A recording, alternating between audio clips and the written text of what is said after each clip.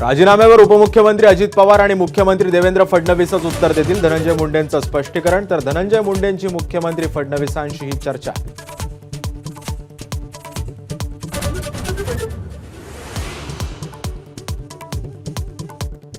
फरार आरोपी कृष्णा आंधळे सापडणं मुश्किल. संदीप क्षीरसागरांचा धनंजय मुंडेंकडे अंगुली निर्देश करत आरोप. तर क्षीरसागरच यांचेच आंधळेंशी संबंध असतील.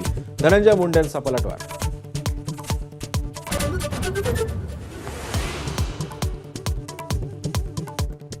दिवसभरात धनंजय मुंडेंचा राजीनामा घ्या, नाहीतर जनहित याचिका दाखल करू. दमानी यांचा इशारा. तर अजित पवारांपेक्षा फडणवीसच मुंडेंचे पाठीराखे असल्याचा दमानी यांना संशय.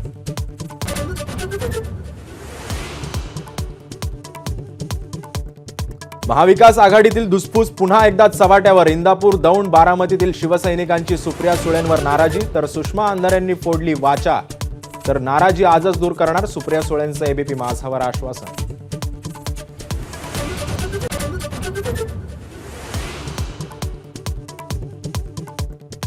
स्थानिक स्वराज्य संस्थांमधील ओबीसी आरक्षण आणि वॉर्ड वर्गवारी प्रकरणी सर्वोच्च न्यायालयात आज सुनावणी. राज्यातील रखडलेल्या झेडपी, पालिका तसंच मनपा निवडणुकांवर तोडगा निघण्याची शक्यता.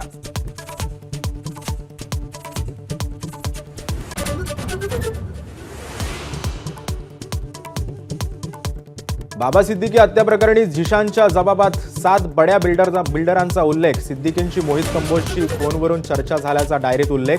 तर पोलिसांनी फेटाळला एसआरए वादाचा अँगल.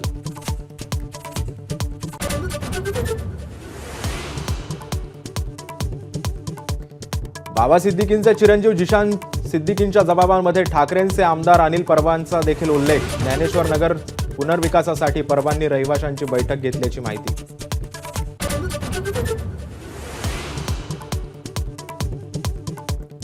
कंबोज आणि परबांनी फेटाळले आरोपपत्रातील उल्लेख हा प्रक्रियेचा भाग. अनिल परबांचं स्पष्टीकरण. तर झिशानचा जबाब मोडून तोडून वापरला जात असल्याचा कंबोज यांचा खुलासा.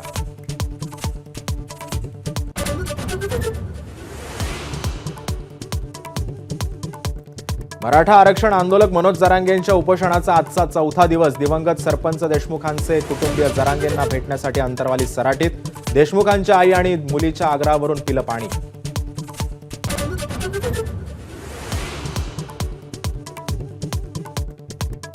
दोन 2014 सालच्या बहुचर्चित इस्तर अनुया बलात्कार आणि खून प्रकरणी रिक्षाचालक चंद्रशेखर सानपची सुप्रीम कोर्टाकडून निर्दोष सुटका. सत्र आणि उच्च न्यायालयानं ठोठावलेली फाशीची शिक्षाही रद्द.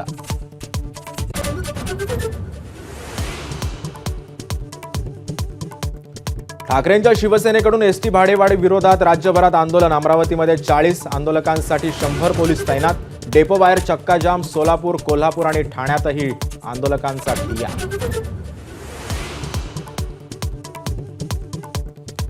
उत्तर प्रदेशातल्या बागपतमध्ये 65 फूट उंच स्टेज कोसळून 7 जणांचा मृत्यू. जैन समाजाच्या निर्वाण महोत्सवातली दुर्घटना.